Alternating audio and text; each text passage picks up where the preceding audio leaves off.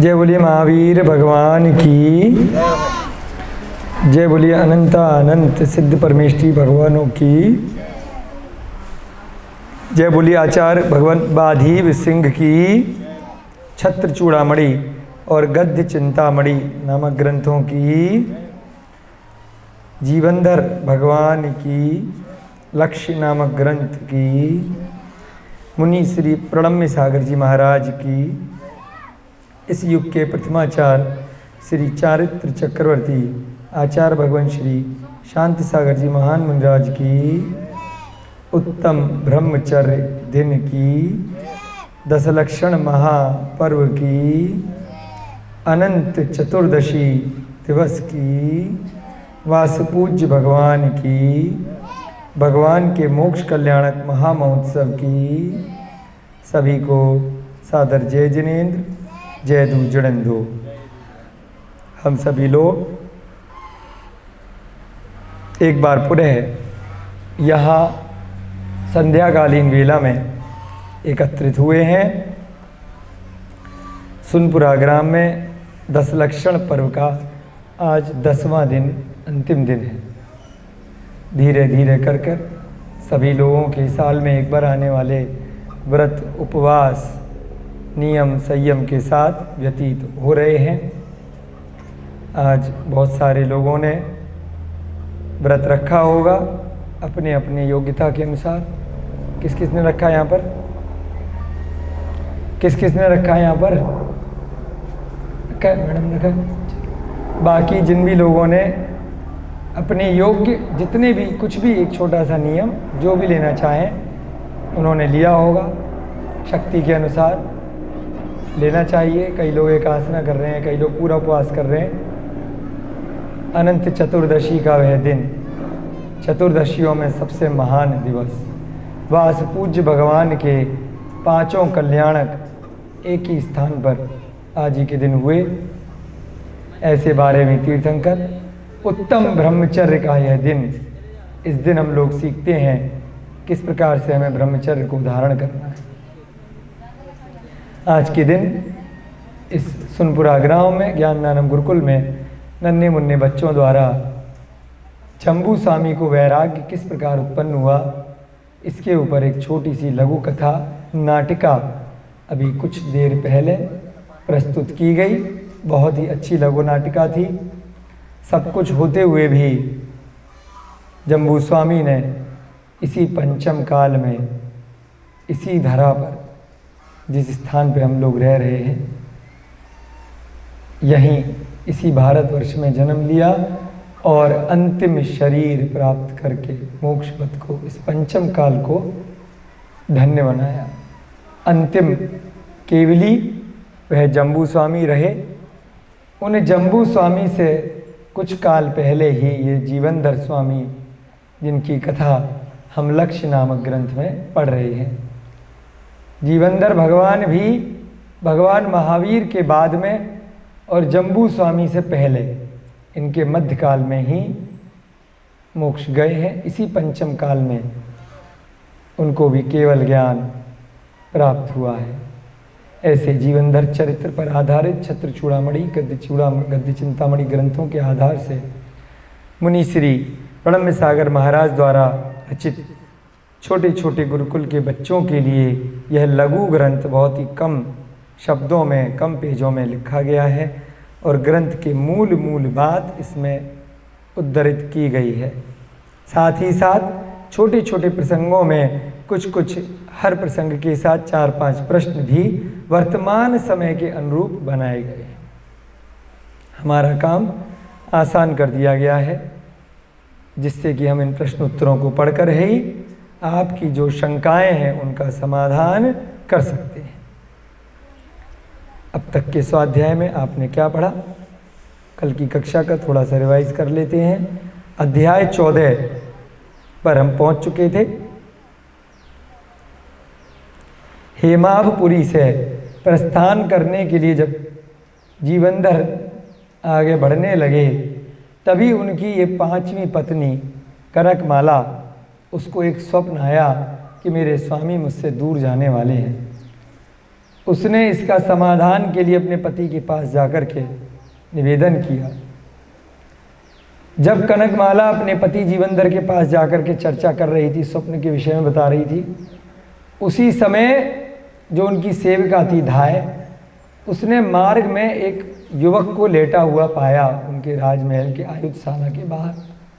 पहले तो उसे लगा जीवनधर ही है, जरूर अपनी पत्नी से डांट खाकर घर के बाहर लेटे होंगे, कुंडी लगा ली होगी, बाहर निकाल दिया हुआ चिटकनी लगा करके डांट करके।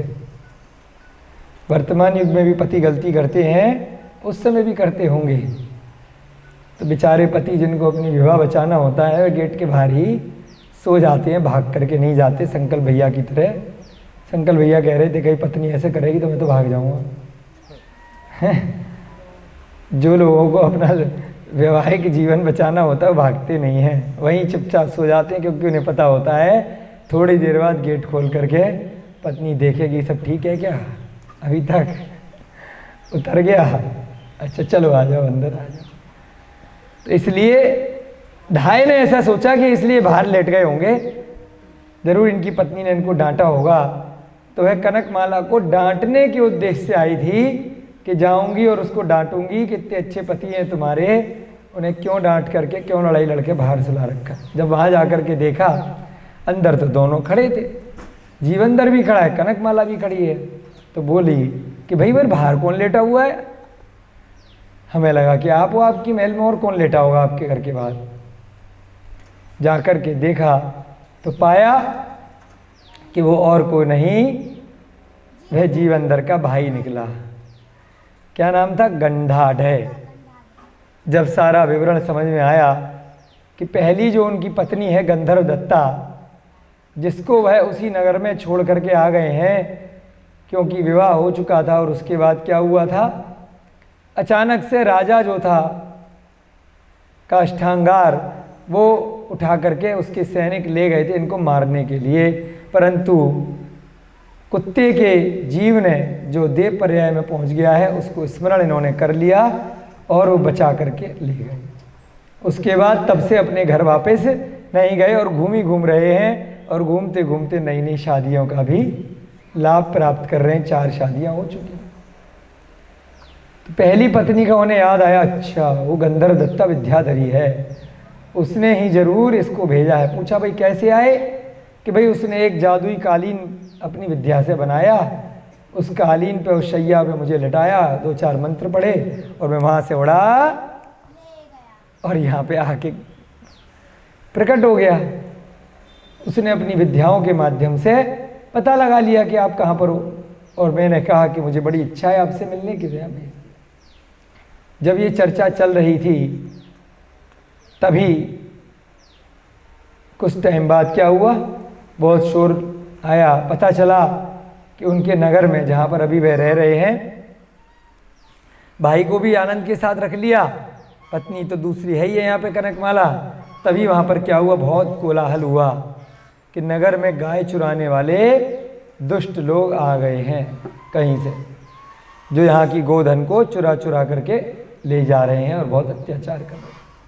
जैसे ही ऐसा सुना तो ससुर जी यानी कनकमाला के पिता, क्या नाम है उनका, ससुर साहब का दृढ़मित्र महाराज ने कहा कि सेना निकालो, हम जाकर के लड़ते हैं और अपनी गायों को, गोधन को और नागरिकों को बचाते हैं।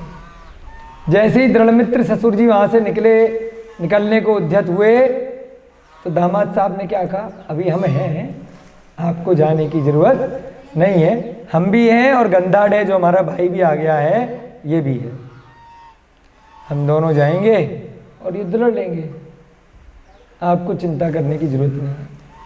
यहाँ जाकर के युद्ध क्यों लड़ रहा है? क्योंकि यहाँ राज्य पर संकट आया है। वहाँ पर काष्ठांगार से युद्ध क्यों नहीं लड़ा था? क्योंकि अभी पूरा परिपक्व नहीं हुआ था और गुरु ने वचन दिया था कि 1 साल तक अभी युद्ध मत लड़ना, अभी इसको मत मारना, अभी तुम्हारा समय नहीं आया है। इसलिए यहाँ पर तो वह, उसके पास कोई विकल्प नहीं है, ससुर जी जाएं तो उससे अच्छा खुद ही पुत्र जाएगा, दामाद भी पुत्र ही होता है। वह युद्ध लड़ने के लिए गया अपने भाई को लेकर के सेना के साथ। जैसे ही पहला तीर छोड़ा तो उधर की जो सेना थी जिन्होंने गोधन चुराया था, युद्ध लड़ रहे थे, उन्होंने जान लिया कि ये तो जीवन भर लड़ने के लिए आया है। पहचान लिया दूसरी सेना ने। अरे तुरंत अपना तीर निकाल करके फेंका जो विरोधी सेना थी उन्होंने, और उन पे अपना नाम लिख दिया। नाम क्या लिखा? क्या नाम लिखा? पदम मुख। कि हम भैया तुम्हारे दोस्त आए हैं। ढूंढते ढूंढते ये सादा प्रपंच हमें रचना पड़ा है, क्योंकि कहीं मिल ही नहीं रहे थे। कहाँ कहाँ कितने महीनों से भटक रहे हैं, तुम्हें ढूंढते ढूंढते अपना नाम लिख करके तीर कमान छोड़ दिया दूसरी सेना में। जैसे ही नाम देखा, अरे ये तो हमारे दोस्त का तीर है। ये नाम तो सारे के सारे नाम दोस्तों के नाम हैं जो वहाँ पर गंदोत कट के यहाँ इकट्ठे रह रहे थे, पढ़ रहे थे। सारे मेरे मित्र हैं, कोई भाई है। अरे ये दुख समाप्त हो गया। कहाँ तो युद्ध लड़ने के उद्देश्य से गए तो क्या हुआ? सब गले मिल लिए। अरे कैसे आए, कहाँ से आए, क्या चक्कर, ऐसे क्यों? अब सारी कहानी पूछी तो पता चला कि भाई जब आपको वह सैनिक पकड़ करके ले गए थे काष्ठांगार के मारने के लिए, तो हम सब ने युद्ध लड़ने के लिए पूरी तैयारी कर ली थी। और जैसे ही वहाँ पर पहुँचे जहाँ पर वधशाला में आपको फांसी दी जाने वाली थी, मारने वाले थे, अचानक से देखा कि कोई बाहर से कोई युवक आया है और आपको उड़ा करके ले गया। हमें तो कुछ समझ में ही नहीं आया कहाँ चले गए, क्या चले गए। उसके बाद आपको बचाने के लिए तब से ढूंढते फिर रहे हैं। उसके बाद जंगल जंगल भटक रहे हैं। दंडक वन में पहुँचे थे हम कई दिनों की यात्रा के बाद। तरह तरह के भेष बना करके घोड़ा बेचने वाले बन गए आपके चक्कर में हैं। और वहाँ जा कर के उस दंडक वन में एक हमें व्यक्ति मिला, उसको कुछ ज्ञान था। उसने अपने ज्ञान से हमें बताया कि हम जिसको ढूंढ रहे हैं वह इस स्थान पर ऐसे ऐसे मिलेगा और वह जीवित है, उसका मरण नहीं हुआ है। ऐसे ऐसे हम यहाँ पर फिर पहुँचे, कैसे कैसे ढूंढते ढूंढते। अच्छा, इतनी मेहनत करी तुमने मेरे दोस्तों, चलो कोई बात नहीं, है ना। फिर हमने गाय चुराने वालों का भेष धारण किया। वहाँ से बताया यक्ष ले गया है, वहाँ से पता चला कोई और। आप घूमते घूमते पहुँच गए। कहाँ कहाँ कब कब से भटक रहे हैं, ढूंढ रहे हैं आपको कि आप ठीक तो हो। ऐसे होता है ना, कोई खो जाता है अपना प्रिय तो फोटो ले ले करके घूमते, फिल्मों में दिखाते हैं ना, अखबारों में ऐड देते हैं, टीवी पे ऐड देते हैं, रेडियो पे ऐड देते हैं, व्हाट्सएप पे देते हैं। अब तो CID में देते हैं, पुलिस में थाने में कंप्लेंट लिखाते हैं कोई प्रिय कहीं गायब हो गया। तो ऐसे ही आप गायब हो गए। आप तो आप अगर ठीक ठाक थे तो भाई कोई टेलीफोन कर देते, मैं ठीक हूँ, चिट्ठी भेज देते, तार भेज देते। आपको चिंता नहीं थी कि आपके घर वाले आपको ढूंढेंगे। आप यहाँ मस्त रह रहे हो। हम अपने शब्दों में बता रहे हैं, ऐसा लिखा नहीं है, थोड़ा बच्चों का एंटरटेनमेंट कर रहे हैं बच्चों, जिससे समझने में आ जाए। ठीक है। अब वहाँ से ढूंढते ढूंढते पहुँच गए। अब दोनों सब लोग बड़े हर्षोल्लास के साथ, चलो बढ़िया, देर आए दुरुस्त आए, सब लोग अब वहीं पर रुक गए। चलिए, फिर कुछ प्रश्न थे। गंधाढ़ कौन था? गंधाढ़ भाई था। कौन सा भाई था? जब ये बच्चा उसके पिता गंदोटकट ने गोद ले लिया था, रख लिया था, उसके बाद गंदोटकट के बच्चे मरण प्राप्त होना बंद हो गए थे।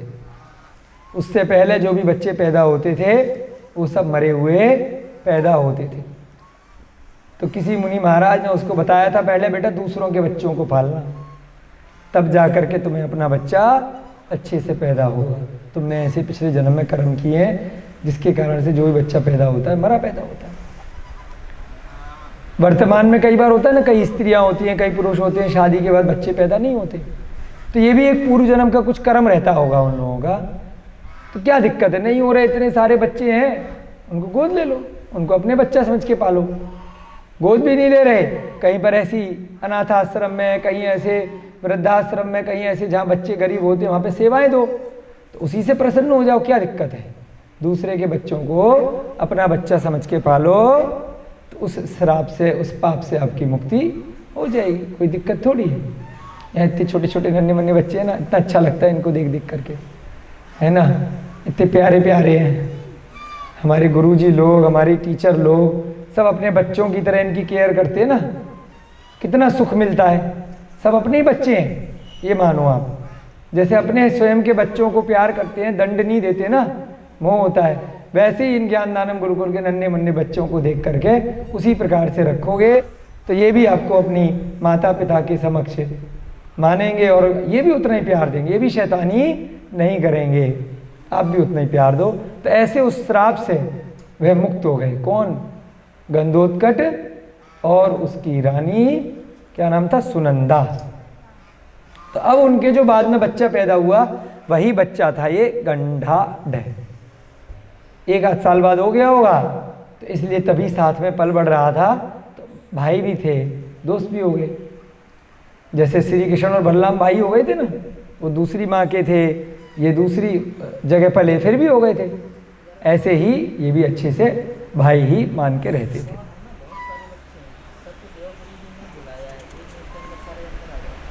ठीक है ना। अब पदममुख कौन है? पदममुख वही है जिसकी शादी करा दी गई थी जब 7 सोने की पुतलियां और एक स्त्री का, अपनी बेटी का विवाह करने के लिए उस सेठ ने बोला था। तो जीवनधर ने उस लड़की से शादी ना करके अपने दोस्त पदममुख की शादी करा दी थी। ये जो अब सेना में आया है लड़ने के लिए, ये पदममुख है। कल एक महत्वपूर्ण प्रश्न आया था, ये विद्याएं क्या होती हैं, कौन सी गति में होती हैं? गतियां तो 4 ही बताई थी। क्यों टीचर जी, मैडम जी, गतियां कितनी होती हैं? 4। कौन कौन सी? क्रोध, मान, माया, लोभ। ज्यादा रख लिया ऐसे। मनुष्य गति, त्रियंश गति, नरक गति। तो विद्याएं कौन सी गति में आती हैं? देव गति में। आप बताओ, विद्याएं जो होती हैं। मनुष्य गति। आप बताओ, मनुष्य गति वाले कितने लोग हैं यहाँ पर? विद्याएं, विद्याधर ना, विद्याएं, विद्याएं, थोड़ा सा सब ट्विस्ट है क्वेश्चन में। विद्याएं कौन सी गति में आती हैं? पहले तो मनुष्य को भी आती, पर आजकल नहीं आती ना, अब तो देवों के पास ही होती है। जो इन विद्याओं की बात हो रही है, उड़ना है, कुछ जान लाना है, रूप बदल लेना है, किसी के कान कर्ण, बहुत सारी जो विद्याएं की बात हो रही है, नेचुरल में मिलती है या हो जाती है बाद में? दोनों तरह से। हाँ, देव गति में और मनुष्य गति में। देव गति में, मनुष्य गति में, दोनों में ही होगा। जो विद्याएं हैं वो देव देवी होते हैं। ठीक है, जो विद्याएं, विद्याधर को भी, विद्याधर कौन सी गति में आते हैं? मनुष्य गति। विद्याधर मनुष्य गति में आते हैं, परंतु उनके पास जो विद्याएं हैं वो देव देवी होते हैं। चाहे वो उड़ने की हो, चलने की हो। हाँ, देवी देवताओं के पास भी ऐसी विद्याएं होती हैं। देवी देवताओं पे तो होती है ही, वो तो स्वयं से विद्याएं हैं उनके पास में, परंतु मनुष्यों के पास कैसे आती हैं? वो देव देवी उनकी सहायता करते हैं। पर अब नहीं होती। अब भी होती है। अभी भी जो भूतों को सिद्ध कर लेते हैं, जो किसी पे चढ़ा दिए, कहते हैं ना उसको बांध लिया, ये सब क्या है? व्यंतर हैं, भूत हैं, चढ़ा दिए। ड्रामा आपने देखा होगा, कोई नाटक भी चलता है, कोई वास्तविकता में भी होता है। जो ड्रामे होते हैं, सर पीट रहे हैं, नाटक कर रहे हैं, छाती पीट रहे हैं, इधर उधर कूद रहे हैं, मार रहे हैं लोगों को, दोनों प्रकार के होते हैं। वो नाटक अगर कर रहा है तो मनुष्य है, वास्तव में है तो वो देव देवी उसके ऊपर व्यंतर, भूत, पिशाच, राक्षस इत्यादि 10 प्रकार के भवनवासी या 8 प्रकार के व्यंतर, 18 में से कोई से भी आ जाते हैं। ज़्यादातर व्यंतर ही परेशान करते हैं, उद्दंड स्वभाव के होते हैं, वो व्यंतर कहलाते हैं, है ना। तो वो सब भी देव देवी ही होते हैं। तो जैन धर्म में भूत पिशाचों का निषेध नहीं आया। अगर कोई कहता है ये तो मानसिक विकृति है, इसको 2 लोग दिखाई दे रहे हैं, तो कई बार होता है मानसिक विकृति है तो उसका कई बार ऐसा हमने देखा नहीं है परंतु सुना है कि उसके अंदर इतना शक्ति बल कैसे आ जाता है कि वह कुछ भी कर गुजरता है उस समय जब उसको भूत प्रेत चढ़ते हैं। हाँ, उठा भी देते। तो मूवीज़ में भी आता है बहुत बार, और वास्तव में भी कई मंदिरों पे भी दूर करते हैं, और कई लोग पंडित वगैरह या बहुत सारे ऐसे लोग व्यापार भी करते हैं इसके माध्यम से कि हम आपका ये दूर कर देंगे, सिद्धि भी करते हैं शमशान में या वैसे अलग अलग तरीक़ों से। तो वो लोग देव देवियों को तप के माध्यम से अन्य अन्य प्रकार से सिद्ध करने का प्रयास करते हैं। कई लोग सिद्ध कर लेते हैं, कई लोग सिद्ध करने के चक्कर में खुद ही उनके प्रकोप में आ जाते हैं और खुद ही निपट लेते हैं। बहुत बार ऐसा भी हो जाता है कि वह रिवर्स में मार जाती हैं विद्याएं, उल्टी पड़ जाती हैं, उनका स्वयं को घायल कर देती है, बद भी कर देती है। तो ये फिल्मी बातें नहीं है, ऐसा होता है। हम भी ऐसा ग्रंथों के आधार से थोड़ा बहुत मानते हैं। कुछ लोग उसका दुरुपयोग करते हैं तो कुछ लोग सदुपयोग करते हैं। तो ये विद्याएं जो होती हैं वास्तव में, चाहे विद्याधरों को हो या अन्य लोगों को हो, वह देव देवी होते हैं। हमने प्रातः काल वाला जो प्रसंग है प्रद्युम्न कुमार चरित्र, उसमें जो 16 प्रकार के लाभ और 2 प्रकार की विद्याएं प्रद्युम्न कुमार को प्राप्त हुई, वह साक्षात देव देवियों ने अपनी शक्तियां दी थी।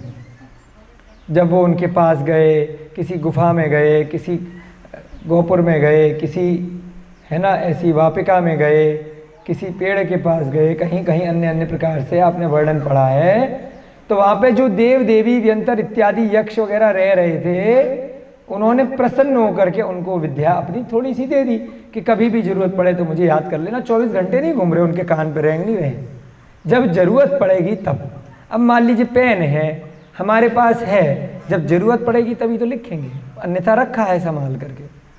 तो ऐसे ही वो देव देवी अपने अपने काम में, अपनी अपनी पर्याय में मस्त रहते हैं, मग्न रहते हैं। जहाँ जैसे उनके महल हैं, जहाँ उनका सिंहासन है, जहाँ उनके मूल स्थान है, उनको अपनी देवियों के साथ, देवों को या अन्य अन्य प्रकार से जहाँ भी जाना है, किसी को समूह शरण में जाना है, किसी को अन्य कार्य से जाना है, वो जाते रहते हैं अपना वैक्रियक शरीर बना करके। जैसे आपके घर होते हैं, ऐसे उनको भी जन्म से बहुत सुंदर सुंदर अपने अपने योग्य महल प्राप्त होते हैं। सारे व्यंतरों को भी, सारे भवनवासियों को भी, सारे ज्योतिषों को भी, और ऊपर के स्वर्ग में वैमानिक देवों को तो होते ही हैं। सबको अपना अपना रेडीमेड घर बना बनाया मिलता है। जैसे आप लोग जब पैदा हुए तो आपके पापा का, दादा का घर आपको मिला नहीं मिला? आपको क्यों चेंज करना पड़ा, क्यों छोड़ना पड़ा? क्योंकि पुराना हो गया, उसकी रिपेयर करनी पड़ेगी, क्योंकि कृत्रिम है। समझ रहे? इसलिए या तो आपने स्थान छोड़ दिया, आप बड़ा, कौन सी जगह, बड़ा मड़ावरा से आप दिल्ली आ गए, हम आगरा से आ गए। आप कहाँ से आए? आप कहाँ से आए? मवई से आए, वो इंदौर से आ गए। क्यों? क्योंकि यहाँ पर सारी चीज़ें कृत्रिम बनाई गई हैं। कुछ समय बाद उनका क्षरण हो जाएगा, मिट जाएंगे, जरूरत के हिसाब से छोटे पड़ जाएंगे। तो इसीलिए एक स्थान से दूसरे स्थान पर मनुष्य और त्रियंच चेंज कर लेते हैं अपनी जगह, क्योंकि कुछ समय के हैं। अगर वहाँ भी रहना पड़ेगा तो 50 साल पहले दादा ने मकान बनाया होगा, अब दोबारा से तुड़वा करके फिर उसकी ठोका पीटी करा करके फिर कराना पड़ेगा। परंतु देव देवियों को रेडीमेड मिलता है, वह पहले से ही मिलता है। सारे उनके राजभवन, राजमहल, उद्यान सब पहले से मिलते हैं, कभी मिटते नहीं है। खाली एक देव गया, दूसरा देव आ गया, तो वह बने बनाए मिलते हैं, उनमें कोई भी परिवर्तन नहीं होता है। उपवाद शैया भी वैसी की वैसी रहती है, महल भी वैसे ही होते हैं। बस वो देव आया, अपनी आयु पूरी करी, सागरों की आयु, किसी की पल्लियों की आयु, और पूरी करके अपना निकल गया। इस प्रकार से उनको इसलिए उस मूल स्थान को छोड़ना नहीं होता है। मूल स्वरूप उनका सिंहासनों पे ही रहता है। विक्रिया रिद्धि से वह अन्य अन्य शरीर बना करके, चाहे समूह शरण में भी जाएंगे ना, तो मूल शरीर नहीं जाता है। विक्रिया रिद्धि से वह अपने अनुरूप कोई कितने भी शरीर बना सकता है। कहते हैं भाई वहाँ पे देवी जागृत है, उस मंदिर में भी है, उस मंदिर में भी है, तो वो देवी हो सकता है आ रही है, मूल स्वरूप उसका जहाँ पर भी उसका कमल पे उसका महल है ना। किसी का कहीं है, किसी का कहीं है, श्री देवी का कहीं है, हिरी देवी का कहीं है, रीति देवी का कहीं है, लक्ष्मी देवी का कहीं है। बहुत सारी देवियाँ होती हैं। उन सारी देवियों के अपने अपने महल रहते हैं पूरे की पूरे इस मध्यलोक में। नहीं, ब्रह्मचारी नहीं होती, सौधर्म इंद्र की देवियां होती हैं। ब्रह्मचारी खाली ब्रह्म स्वर्ग में होते हैं, पंचम स्वर्ग में होते हैं ब्रह्मचारी। जो एक भवातारी होते हैं। ठीक है, बाकी जब तक उनका पति नहीं आया तब तक बात अलग है। पूर्व भव के उससे जान लेता है पति कि मेरी पिछले भव की कौन सी देवी है, तो उस हिसाब से उनका संबंध बन जाता है। परंतु उनका मूल जो सिंहासन है, मूल महल है, उनका मंदिर है, वह सब उन्हें मिलता है पहले से। मंदिर भी मिलता है रत्नमयी। तो ऐसे ही यहाँ पर स्थिति है। इसलिए समझा रहे हैं कि ये देव देवी जो होते हैं वह विद्याएं होती हैं, अपनी विद्याओं को टेम्परेरी दे देते हैं। सिद्ध कर लिया किसी ने, अब जैसे प्रद्युम्न है, वो भूमि गोचरी था, फिर भी उसको विद्याएं मिल गई। ऐसे ही यहाँ पर जीवनधर है, भूमि गोचरी है, ये कोई विद्याधर नहीं है, परंतु देव सुदर्शन देव एक तरह से वह सिद्ध हो गया। कैसे सिद्ध हो गया? बिना कुछ करे उसने कुत्ते की समाधि कराई। कुत्ते के जीव ने आके कह दिया कि भैया आपकी वजह से मुझे पर्याय मिली है, जितनी भी पल्ले की मेरी आयु है, आपकी जितनी आयु है, आप जहाँ पर भी रहें, आपको कभी भी जरूरत पड़े बस मेरे को निवेदन कर, आदेश देना, मुझे आदेश देना, मैं आपके आदेश का पालन करने के लिए प्रस्तुत हो जाऊंगा। मैं आपका जिन्न हूँ, चिराग वाला, है ना। मुझे निवेदन मत करना, छोटा मत बना देना, क्योंकि मैं इस पर्याय में आपकी वजह से आया हूं।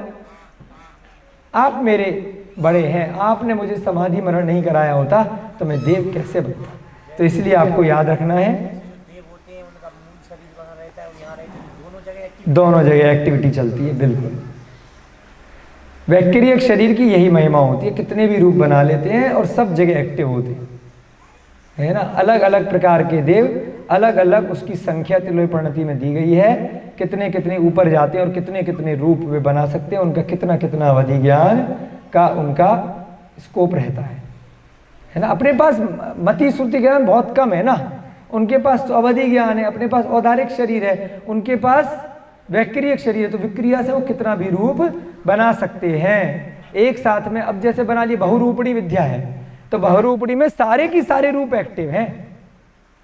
रावण ने करी थी ना बहुरूपणी विद्या, सिद्ध करी थी, तो उस पहले से विद्याधर था, पहले से भी विद्याएं थी और विद्याएं सिद्ध करी, तो वह सारे की सारे एक्टिव रूप थे, सब रावण थे जितने दिखाई दे रहे हैं। पहचानना मुश्किल है कि ये असली रावण है कि वो असली है कि वो असली है। तो ऐसे ही सब एक्टिव होते हैं उनके, और इतना तेज उसमें अवधि ज्ञान रहता है। विक्रिया शरीर की ऐसी रिद्धि होती है कि इतना तेज मन मस्तिष्क रहता है कि वो सब बना सकता है। मनुष्य पर्याय में भी 96,000 रानियां चक्रवर्ती की होती हैं, एक साथ वह चक्रवर्ती उन रानियों के साथ रह सकता है रूप बना करके, विक्रिया से, है ना। एक साथ जा सकता है 96,000 के पास चक्रवर्ती, अलग अलग गेटअप में। अब वो पता नहीं, उसकी मर्जी है, अलग अलग गेटअप में जाएगा कि सेम रूप में जाएगा। हाँ हाँ, विक्रिया से। इस अध्याय का अंतिम प्रश्न, प्रश्न संख्या 5, जब गंधर्व दत्ता के पास ऐसी विद्या थी तो वह स्वयं क्यों नहीं कुमार के पास चली गई। हमारा भी आया था मन में जिज्ञासा, उसका पति है, वो खुद क्यों नहीं जा रही है। अच्छा तुम्हें जाना भाई, देवर लगे ना, तुम्हें जाना है, तुम्हारे लिए भेज देती, मैं तो यहीं ठीक हूँ, तो खुद क्यों नहीं गई। या उसने तुरंत ही अपने परिजन को कुमार के पास क्यों नहीं पहुंचा दिया। जब विद्या थी कहीं पर भी उस चादर पे लिटाकर, उस शैया पे लिटा करके पहुंचा सकती थी, खुद भी नहीं गई और किसी को भेजा भी नहीं। बताओ। उत्तर मुनि महाराज जी दे रहे हैं अपने ज्ञान के आधार से, ध्यान से सुनना। हमारे मन में भी आया था खुद क्यों नहीं गई, फिर हमारे मन में अपने मन से आ गया था कि ज़्यादा घूमने फिरने की आदत नहीं होगी, आ जाएगा, घूमने दो, है कहाँ जाएगा भाग करके, यहीं आएगा लौट करके, थोड़े दिन रह लेती हूँ अकेले। पता था, ठीक है। हमने तो ये सोचा था, बाकी ये देखते हैं मुनि महाराज प्रणम सागर महाराज क्या उत्तर में लिख रहे हैं। सुशील स्त्रियां, ध्यान से सुनो, सुशील स्त्रियां इस तरह घूमना आना जाना नहीं करती हैं, टाइम खराब नहीं करती। कहाँ जाती हैं?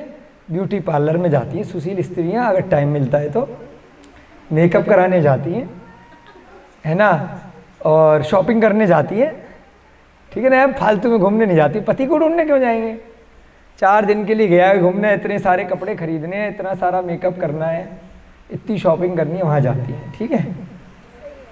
आना जाना फालतू में नहीं करती हैं, हम नहीं कह रहे हैं, प्रणब सागर महाराज कह रहे हैं। उनको ये पता नहीं है ना कि फिर दूसरी जगह कहीं तो जाएंगी। सभ्यशीलवती नारियां अपने घर से अपने बड़ों के साथ के बिना, परिचितों या अपने पति के साथ के बिना बाहर नहीं निकलती हैं। समझ रहे हैं? अच्छे घर की स्त्रियां या तो परिवार के किसी के साथ जाएंगी या पति के साथ जाएंगी, ठीक है, ऐसे ही नहीं निकलती फालतू में। देखो सीता भी उतावली होकर लंका से हनुमान के साथ नहीं आई। उदाहरण दिया, हनुमान जी गए थे ना लेने के लिए, बताया भी था कि मेरे को भेजा है देख लो। उनने अपना पहचान का चिन्ह भेज दिया था कि बता देना कि मैं यहाँ पर हूँ, इस वाटिका में, ऐसे ऐसे अशोक वाटिका में हूँ, परंतु उसके साथ नहीं गई।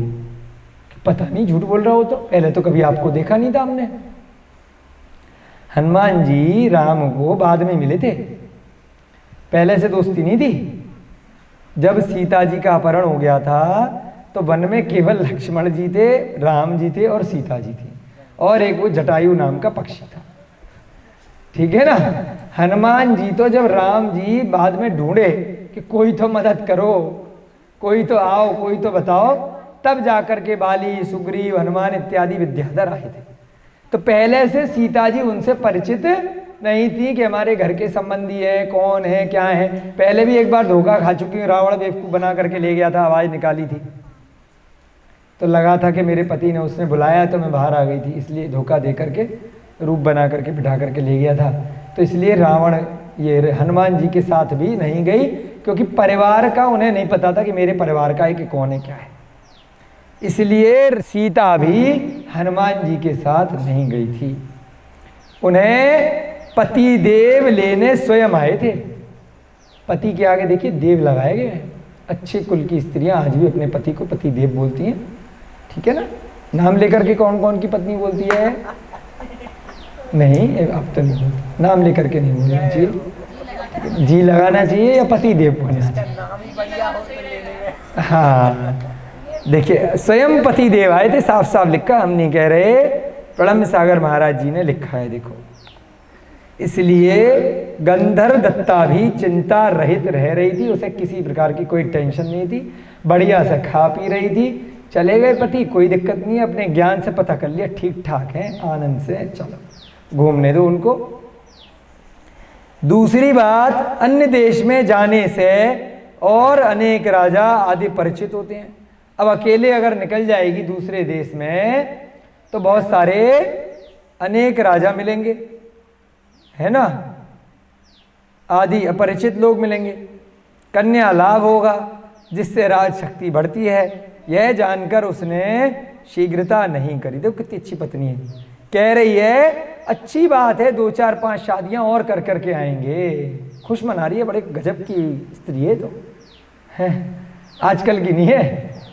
कह रही है कन्या का लाभ होगा जिससे उनकी राज शक्ति बढ़ेगी, यह जानकर उसने शीघ्रता नहीं करी। ये तो बड़ा गजब लिख दिया महाराज जी ने। ये तो जेलसी होनी चाहिए जनरली। तो सत्यभामा और रुक्मणी की देखी नहीं थी कि जैसे ही सत्यभामा को पता चला रुक्मणी लेकर के आ गए हैं, कितना खूल खोला था उसका। ये अलग टाइप की पत्नी लग रही है मुझे, गंधर्व दत्ता। हाँ, ये कह रही है कोई बात नहीं, 2 4 शादियां और, जबकि हर काल में ऐसा होता है कि अगर दूसरी पत्नी, अगर कोई पति ले आए तब किसी भी काल में, किसी भी भव में दूसरी पत्नी को स्वीकार नहीं होता है, क्योंकि मेरा अधिकार क्षेत्र अब बढ़ जाएगा, मेरा जो कंट्रोल था पति के ऊपर अब मुझे हिस्सा बंटवारा करना पड़ेगा। तो ये थोड़ी गंधर्व दत्ता अलग टाइप की है। ये कह रही कोई बात नहीं, ज्ञान से देख लिया होगा, होना तो है ही है, तो क्यों फालतू परेशान करूं। ठीक है। तीसरी बात, विद्या मंत्र की भी शर्त होती है कि वह केवल पुरुष को ही इच्छित स्थान पर ले जाएगी, या स्त्री को ही, या एक को ही, या अनेक को भी। जो विद्या उसकी शक्ति है उसकी भी कोई लिमिटेशन रहती है कि किसको कब ले जा सकती है। तो इसलिए भी हो सकता है उसने अकेले जाना उचित नहीं समझा। इस तरह विद्याएं अनेक प्रकार की शक्ति के अनुसार काम करती हैं। अलग अलग प्रकार की विद्याएं होती हैं, उनकी अलग अलग शक्ति होती हैं। जैसे अब महाराज जी आज के युग के हिसाब से बच्चों को समझाने के लिए लिख रहे हैं, आपके मोबाइल में सुविधाएं अलग अलग कंपनी की अलग अलग प्रकार की होती हैं। कौन सा प्लान लिया है, कितने का प्लान लिया है, नाइट कॉलिंग ली है, डे कॉलिंग ली है, इंटरनेट का प्लान लिया है, वॉकिंग प्लान लिया, वॉकिंग बोलते क्या, टॉकिंग प्लान लिया है, वॉकिंग तो चलने को बोलते हैं, अच्छा अनलिमिटेड लिया है। उनकी रेंज अलग अलग रहती है। उसी प्रकार विद्याओं के बारे में जानना, कितने अच्छे से महाराज जी ने बच्चों के शब्दों में समझाए। रेंज अलग अलग रहती है मोबाइल में। रेंज माने शायद उसका अमाउंट के लिए होगा, कितने का आ रहा है, कितने की एप्लीकेशन उसमें, ठीक है ना। ऐसी विद्याएं होती हैं कि विद्याएं भी एक किसी के पास विद्याएं हैं तो उस चमत्कार जरूरी नहीं है सबसे ज़्यादा कर ले। 14वां अध्याय आप बच्चों का पूरा हो चुका है। 15वां अध्याय आपका प्रारंभ होने जा रहा है। धीरे धीरे करके गिनने कितने अध्याय हैं हम, अरे मैं तो भूल जाता हूँ यार, मेरे से ज़्यादा मेमोरी किसकी है। तो इतनी तेज मेमोरी कैसे आप बच्चों की। 18 है पक्का है, मैं तो चेक कर रहा था। थाली बजाओ बच्चों के लिए भैया। देखो ये प्रूव करता है कि बच्चों की मेमोरी वास्तव में बहुत तेज होती है। और हम झूठ नहीं बोल रहे, हम भूल गए थे कितने अध्याय हैं ठीक है ना। तो एक बार, क्योंकि बच्चों के पास अभी बहुत सारा कचरा भरा नहीं है दिमाग में। अभी पिछले जन्म का था वो खाली करके आए हैं, नए जन्म का भर रहे हैं। अभी कूड़ा कचरा भरा नहीं है, उससे पहले सम्यक चीज़ें थोड़ी थोड़ी सी भरनी शुरू कर दी हैं। तो बचपन में जितनी अच्छी चीज़ें याद करा दो, पढ़ा दो, वो जीवन भर याद रहेंगी। बाद में तो भर जाएगा। नया भरने के लिए पिछला वाला निकालना पड़ता है। अब कौन सा निकालें ये पता नहीं होता है, तो कई बार अच्छा वाला निकल जाता है, बुरा वाला रह जाता है। उस डस्टबिन है दिमाग जो है, मेमोरी कूड़ेदान है, इसमें जितना भरते रहोगे ठूंसते रहो। तो इसलिए बच्चों की मेमोरी देखो कितनी अच्छी है, बहुत सुंदर। 15वां हमारा अध्याय प्रारंभ हो रहा है। पद्म मुख के इस वृतांत को सुनाने पर हर्ष से गदगद होकर जीवनधर कहने लगे कि इस अधम नर ने अभी तक अपनी माँ को नहीं देखा। इसकी माँ जीवित है और इसे पता नहीं। इसके बाद कुमार ने अपने श्वशुर आदि की अनुमति लेकर मित्रों के साथ दंडक वन की ओर चलने का वन बनाया। कौन है दंडक वन में, देखते हैं। कनकमाला को सांत्वना दी कि केवल 1 माह तक धैर्य रखो, उसके बाद सब ठीक हो जाएगा। परिजनों ने भावभीनी विदाई के साथ जीवनधर को विदा किया।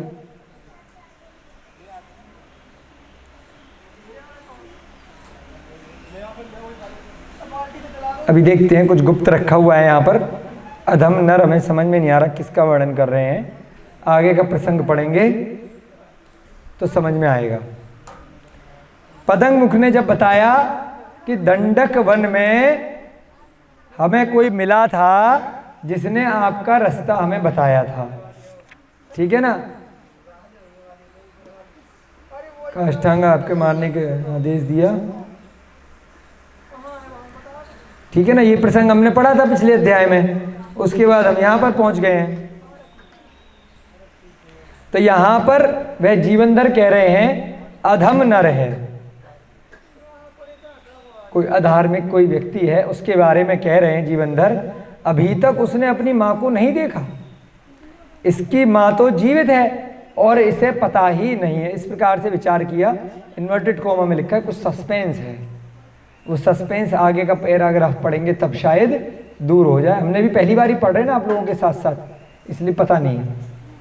उसके बाद जीवनधर ने क्या किया कि अपने ससुर का नाम क्या था, दृढ़मित्र, और कनकमाला अपनी पत्नी से कहा कि देखो अभी कुछ संकट है थोड़ा सा और हमें जाना है, 1 माह में वापस आएंगे, 1 माह तक धैर्य रखो।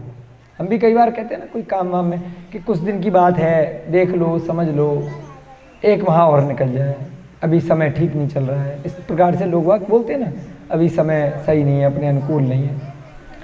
तो कनकमाला को सांत्वना दी, 1 महीने रुक जाओ, सब ठीक हो जाएगा, टेंशन मत लो। जो उसने स्वप्न देखा था, बताई थी सारी बातें कि आप छोड़ करके चले जाओगे, 1 महीने का या तो समय रह गया 1 साल के लिए। अब देखते हैं किस बारे में बोल रहा है। परिजनों ने जीवनधर को विदा कर दिया कि ठीक है 1 महीने बाद मिलते हैं। ओके। जीवानाम जननी स्नेहो न ह्यन्नयी प्रतिहन्यते। बोलो, जीवानाम जननी स्नेहो न ह्यन्ययी प्रतिहन्यते। इसका अर्थ लिखा है छत्र चूड़ामणि से, अर्थात निश्चय से प्राणियों का मात्र प्रेम दूसरे कारणों से नष्ट नहीं होता है। यानी कि अपनी माता के साथ प्रेम या अपनी मातृभूमि से प्रेम, जहाँ जन्म लिया है वर्तमान में, वह कोई दूसरा कारण मिल जाए, दूसरी माता मिल जाए तो नष्ट नहीं होता है। कुछ ऐसा उल्लेख आया है। जीवनधर उस आश्रम में पहुंचे। कहाँ पहुंचे? आश्रम में। वहीं। कौन सा वन था? दंडक वन, जहाँ पर किसी जीव ने बताया था कि ऐसे ऐसे यक्ष उठा करके ले गया है जिसको आप ढूंढ रहे हो।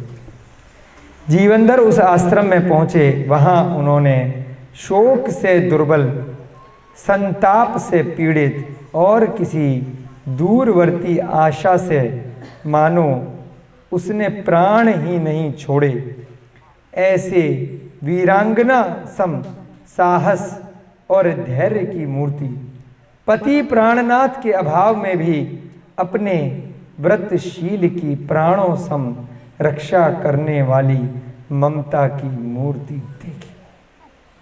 वाह! है? कौन थी? जीवनधर की माँ विजया। किसको कैसे पता? हाँ, बच्चों का दिमाग कितना तेज है। अभी हमें पता नहीं है, आगे पढ़ेंगे तो पता चलेगा। उस आश्रम में, ध्यान से सुनो शब्दों को, शोक से दुर्बल, बहुत दुर्बल हो गई थी। संताप से पीड़ित, बहुत दुखी थी। दूरवर्ती आशा से मानो उसने अपने प्राण नहीं छोड़े थे। कोई आशा थी, आशा की एक किरण थी, मरी नहीं थी। ऐसी वीरांगना, बहुत वीर थी। सम साहस और धैर्य की मूर्ति थी। पति प्राणनाथ के अभाव में, उसका पति मर चुका था, उसके बाद भी अपने शील व्रत की रक्षा कर रही थी, प्राणों से रक्षा। यानी कि उसने अपना शील व्रत नहीं छोड़ा था, किसी दूसरे से शादी नहीं करी थी, ना किसी चक्कर में पड़ी थी। ऐसी ममता की मूर्ति वहां पर देखी। किसने देखी? जीवनधर ने। हाँ। सामने जाकर बड़े आदर से प्रणाम किया उस माता को। जय जिनेंद्र बोला। मां ने बिना किसी के परिचय दिए ही जीवनधर को सीने से लगा लिया। न जीवनधर ने बताया हम कौन, न मां ने बताया तुम कौन, हम कौन। इसीलिए ये प्रसंग आया, निश्चय से प्राणियों का मात्र प्रेम दूसरे कारणों से नष्ट नहीं होता है। कहीं पर भी किसी भी दशा में स्वयं की माता कितने भी वर्षों के बाद, बिछड़ने के बाद मिल जाए, माँ और पुत्र एक दूसरे को पहचान ही लेते हैं। फिर गंधाड़े को गोद में छिपा लिया, गंधाड़े को छिपा लिया। दूसरी तरफ अश्रुपूरित और हर्षित वातावरण में सभी लोग माँ और पुत्र के सौभाग्य की सराहना करने लगे। सबने पहचान लिया कि कौन है, क्या है, सब सराहना करने लगे। उसी समय यक्षदेव ने आकर के भी जीवनधर का उत्तम आभूषण, वस्त्र आदि देकर सत्कार किया। जो यक्षदेव था वहाँ का, उसने क्या किया? बहुत आभूषण दिए, वस्त्र दिए और सत्कार किया। विजया देवी ने, अरे आपको तो नाम भी याद था, मैं नाम भूल गया था बेटा। बहुत अच्छा, किसने बोला था विजया नाम? शिखा। बहुत अच्छी मेमोरी है, बहुत अच्छा नाम रोशन करेगी आपके गुरुकुल का। बहुत अच्छा, इसको आगे बढ़ाओ। मैं भी नाम भूल गया था। विजया देवी ने पूर्व की घटना जीवनधर को सुना दी कि बेटा कैसे कैसे सत्येंद्र ने क्या क्या किया है। शमशान में तुम्हारा जन्म हुआ, शमशान की ये जो यक्षी देवी थी उसने रक्षा करी हमारी। उसने बताया कि प्रातःकाल ऐसे ऐसे आएगी, इस रात की सुबह आएगी और ऐसे ऐसे गंधोत्कच तुम्हें ले गया। उसके बाद अब तुम बड़े हो गए और मैंने तुम्हें पहचान लिया। मैंने तुम्हें अंगूठी पहना दी थी जिससे कि पहचाना जा सके किसका बेटा है। सारी कथा बता दी। सब रिपीट हो रही है। फ्लैशबैक आता ना टीवी में, फिल्मों में। कौन बोला, क्या नाम बेटा? बहुत पिक्चर देखते हो? फ्लैशबैक कहती है, हाँ सब पता है, बहुत नाटक देखते हो हैं। जीवनधर को यद्यपि उसी समय क्रोध उत्पन्न हुआ, बहुत क्रोध आया, मेरे पिता को मार दिया, इतने वर्षों से मेरी माँ यहाँ जंगलों में रह रही है। कितना क्रोध आया।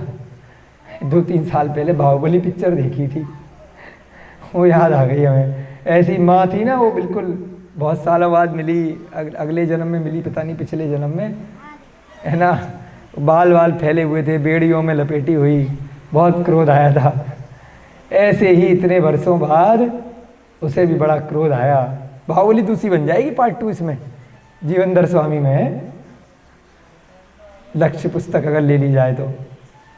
जीवनधर को बहुत क्रोध आया, फिर याद आ गया, किंतु लग गया, किंतु परंतु उन्होंने गुरु के वचनों को याद करते हुए कहा, प्राण जाए पर वचन न जाए। गुरु के वचन है, किसी कारण से गुरु ने वचन दिया होगा, है ना। कंस को भी मारा था जब श्री कृष्ण ने, तो किसी ने कहा था, बेटा अभी जरासंध को तुम नहीं मार पाओगे, है ना। कंस से दोस्ती थी जरासंध की, तो जरासंध आ जाएगा, चक्रवर्ती है, मतलब उसके पास चक्र है, प्रतिनारायण है, तुम तो अभी छुटंकी से बच्चे हो, अभी यहाँ से मथुरा से निकल लो, अभी तुम जरासंध से लोहा नहीं ले पाओगे। इसीलिए तो मथुरा छोड़ करके द्वारका चले गए थे, जबकि कंस को मार दिया था। इतना बड़ा राजा था कंस भी बचपन में ही, लेकिन जरासंध का कोई उस समय मुकाबला नहीं था।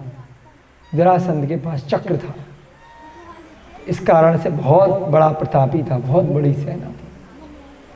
कंस को मारने के बाद भी श्री कृष्ण बलराम सारे के सारे लोगों को मथुरा छोड़ करके द्वारका जाना पड़ा था, कारण समय नहीं आया था, अभी उतनी बल शक्ति नहीं आई थी। ऐसा ही कुछ गुरु ने देखा होगा। काष्ठांगार भले ही तुम्हारे पिता को मारा है धोखे से, लेकिन अभी बेटा तुम्हारा समय नहीं आया है, समय आएगा तब तुम्हें कार्य करना है। समय से पहले अपनी शक्ति का व्यर्थ में उपयोग नहीं करना चाहिए, उससे वह शक्ति नष्ट हो जाती है, फिर दोबारा उस शक्ति का संयोग मिलना आवश्यक नहीं है, उतनी मिल पाए या न मिल पाए।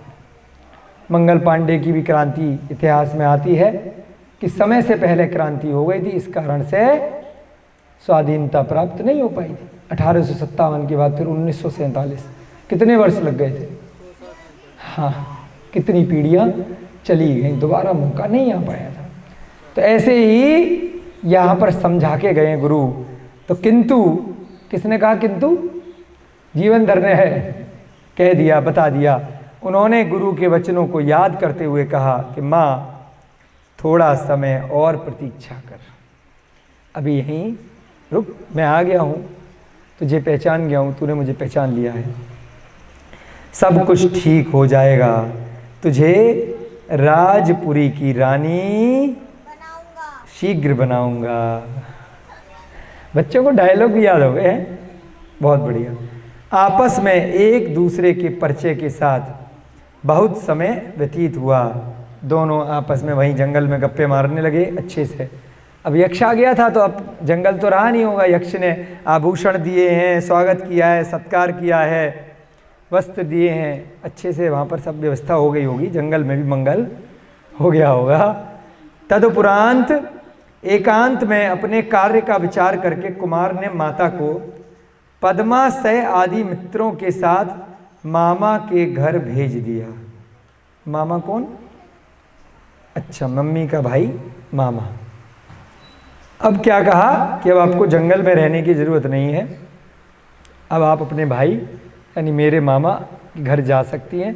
उस टाइम तो बेचारी तब से अकेली होगी ना, अब उसके पास साधन मिल गए। तो अपने मित्र थे पद्ममुख, पद्माशय, ये सारे मित्र थे। पद्म अस्य यानी कि पदम मुख इत्यादि जो मित्र हैं उनके साथ उनको कहाँ भेज दिया, अब यहाँ मत रहो, मामा जी के पास रहो, नानी के घर रहो। और स्वयं कहाँ चल दिया, राजपुरी की ओर चल दिया। देखो, पूर्वकृत कर्म का फल सभी को भोगना पड़ता है। कौन बच्चा बताएगा कि वह जीवनभर अपने माता पिता से क्यों बिछड़ा? तुम्हारे अलावा कौन बताएगा? क्यों पैदा होते ही अपने माता पिता से बिछड़ा? हाथ नीचे कर लो। हाँ, ये बताओ। क्योंकि उसने दूसरों की माँ से दूसरे के बच्चे को अलग किया होगा। कौन से बच्चे थे? बत्तख के बच्चे को दूर करा था माँ से। बहुत सुंदर। क्या नाम बेटा? इशिका। इशिका। और इधर से हंस किसने बोला था बच्चों में से? ये इसी की बहनें सिखाती। अच्छा, बहुत सुंदर। अभी हंस किसने बोला था? क्या नाम बेटा? मैं नाम भूल जाता हूँ, देखो मेरी मेमोरी खराब है, सॉरी। आरुष। और तुम्हारा? पायल। यशवनी। बहुत सुंदर नाम है, बिल्कुल ठीक। देखिए, पिछले भव में इसी जीवनधर ने, जैसे हम बतख घूम रही है ना, ऐसी हंस उसके घर में होंगे कहीं पर गार्डन में, मात्र 16 दिन के लिए उन बच्चों को, एक बच्चे को किडनैप कर लिया था खेलने के लिए। उस हंस का पिता बहुत कौं कौं कर रहा था तो उसको मरवा दिया था। क्यों इतना शोर मचा रहा है? डंडा मार दिया होगा, पत्थर मार दिया होगा, तो हंस का पिता तो मर गया था और बच्चा 16 दिन उसके घर में रहा। जब उसकी माता को पता चला कि ये मेरे बच्चे ने शैतानी करी है, गलत काम किया है, तो समझा बुझा करके उसको, उस बच्चे को वापस उसकी माँ के पास छुड़वा दिया। उस कर्म का उदय किस प्रकार से यहाँ पर आया है, कितने वर्षों तक, अभी पता चलेगा वर्ष का, कितने वर्षों तक, शायद 16 ही हो, पता नहीं। देखिए, दिन का फल कितने क्यों आया? क्योंकि ब्याज लगेगा ना, इस कारण से इतने वर्ष तक। इसके पिता भी मारे गए, माता से भी वियोग हो गया। यहाँ पर वर्णन आएगा, पूर्वकृत कर्म का फल सभी को भोगना पड़ता है। जीवनधर ने बाद में कुछ अन्य अच्छे कर्म किए होंगे जिसके कारण अभी मोक्षगामी है, परंतु जो कर्म कर लिए उसका फल भोगना पड़ेगा। प्रातः काल की वेला में भी अविपाक निर्जरा आपको बहुत अच्छे से समझाई थी। अगर बहुत अच्छे से तब तभी कर लिया होता, हो सकता है ये फल बाद में नहीं आता। हाँ, कि फल दे करके ही जाएगा। तब किया, उसके प्रभाव से फल भी दिया, परंतु उसमें कष्ट अधिक नहीं हुआ, क्योंकि दूसरी जगह ठीक ठाक पालन पोषण हो गया, कष्ट में ज़्यादा नहीं रहा। प्रद्युम्न ने भी गलत कर्म किया था, प्रातः काल की वेला में हम पढ़ रहे हैं। उसने गलत कर्म किया था तो राजा मधु की पर्याय में, तो उसके बचपन में पैदा होते ही दैत्य उठा करके ले गया था, परंतु कुछ अच्छा काम कर लिया था तो वहाँ पर उसको दुख नहीं मिला। जरूरी नहीं है ना समय में अच्छा काम कर लें। तो इसलिए अगर कोई गलत काम किया, पता चल गया बच्चों गलती हो गई है, तो तुरंत क्षमा मांग लो। उसकी निर्जरा के लिए व्रत, उपवास, तप इत्यादि करना प्रारंभ कर दो, तो उससे वह कर्म झड़ जाएगा। झड़ने के चांसेस हैं। अगर फल तय हो गया है तो फल देगा, उस समय ज़्यादा कष्ट नहीं होगा। जीवनधर ने पूर्व भव में क्या किया था? हंस के बच्चों को, हंस के बच्चे को उसकी माता पिता से 16 दिन तक अलग किया था। उसी के फलस्वरूप उन्हें बच्चे अंतर्यामी हो गए हैं। 16 वर्ष बाद अपनी माँ से मिलना हुआ। बहुत बढ़िया। देखिए स्वाध्याय का असर धीरे धीरे करके कितना गुना हो गया। 16 दिन से 16 वर्ष हो गया। हाँ, अच्छी बात है, बच्चे कम से कम कुछ तो सीख रहे हैं, अंदाज़ा लगा रहे हैं, सही अंदाज़ा है। हमने पढ़ा नहीं था पहले, इसलिए हम डाउटफुल में थे। हम भी आप लोगों के साथ साथ पहली बार ही पढ़ रहे हैं, ऐसा लग रहा है हमें। अपनी माँ से 16 साल बाद मिला है, तो आप ध्यान रखना, हंसने की बात तो है ही है, लेकिन इसमें सोचने की भी बहुत बात है कि कोई भी बेटा 100 रुपया भी किसी का गलती से चुराओगे तो वह कितने करोड़ रुपया हो जाएगा अगले भव में, इस भव में उतना तुम्हारे यहाँ से चोरी होकर के जाएगा।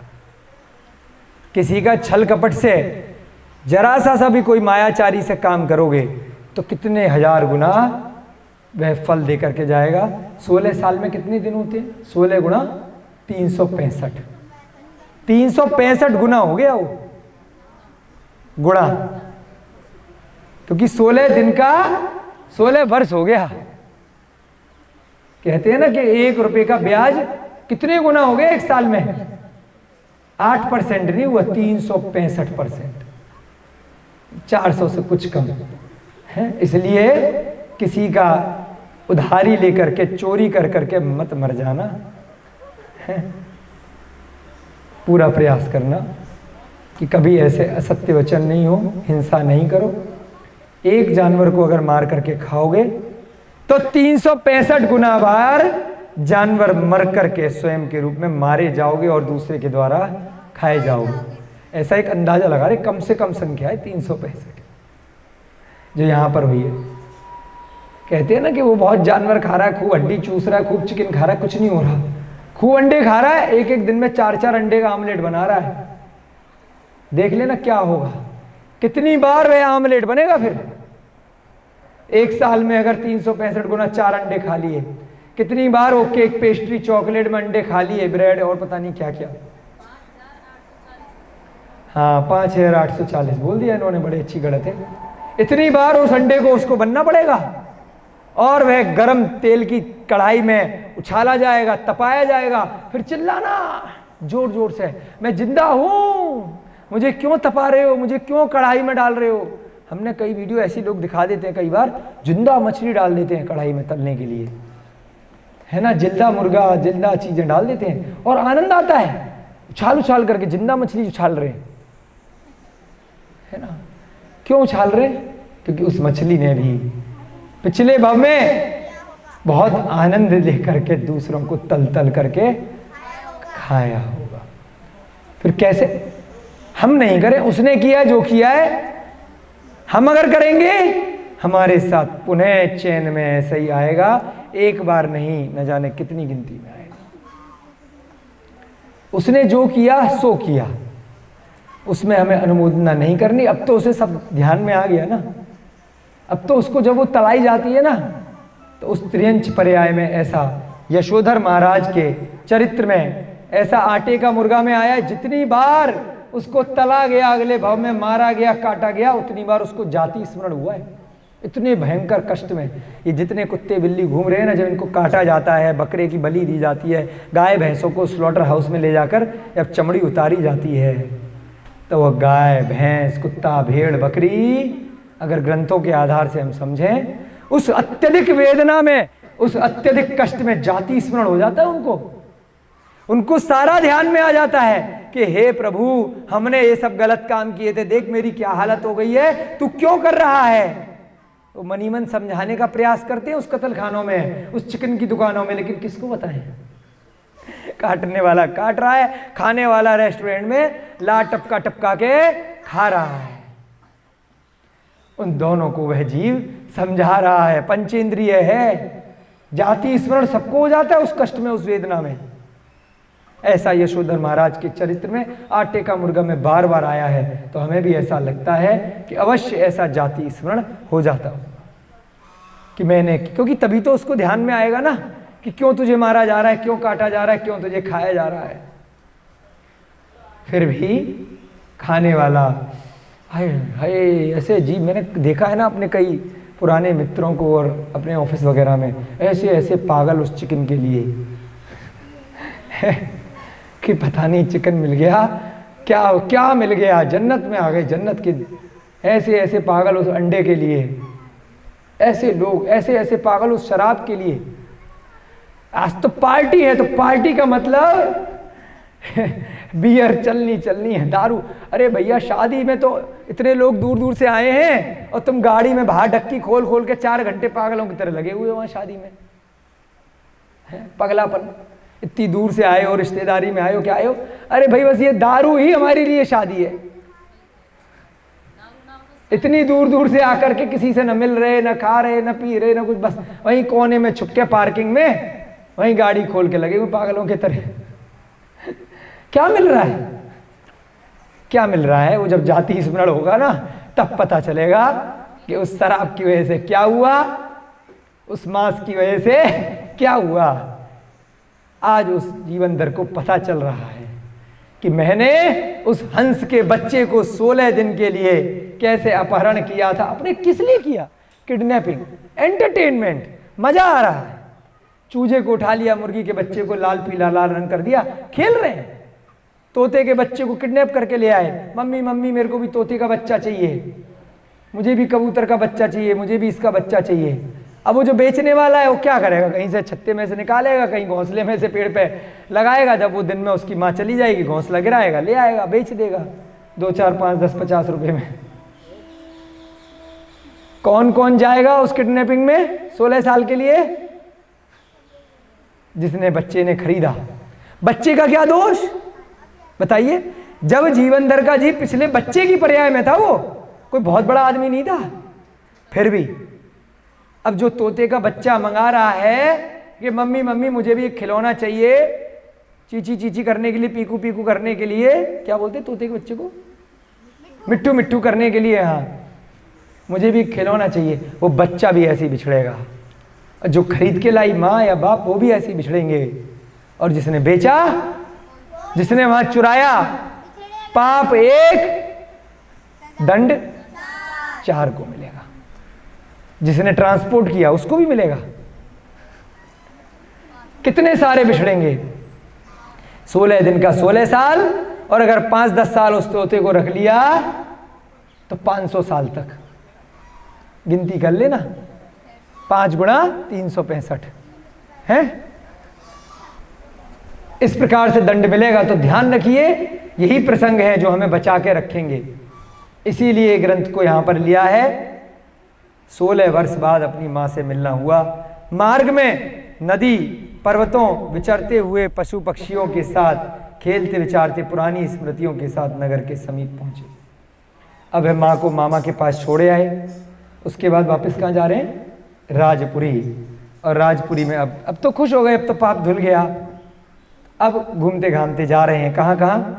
रास्ते में नदियाँ मिल रही हैं, पर्वत मिल रहे हैं, रास्ते में बहुत सारे पशु पक्षी मिल रहे हैं। उनके साथ खेलते विचारते हुए पुरानी स्मृतियों के साथ में अपने नगर के समीप पहुंच गए। कौन?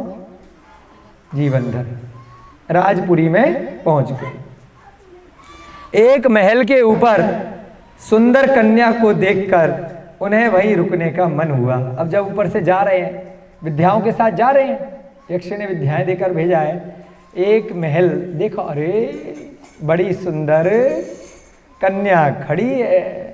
क्यों मैडम? जीवनधर ने एक महल के ऊपर एक कन्या को देखा तो उन्हें मन किया पूछ ले भाई क्या हाल चाल है। तो वहीं रुकने का मन कर गया उस लड़की को देख करके। तभी उनके रुकने का मन किया। उस घर का सेठ आकर के बोला, वहां पे रुक गए।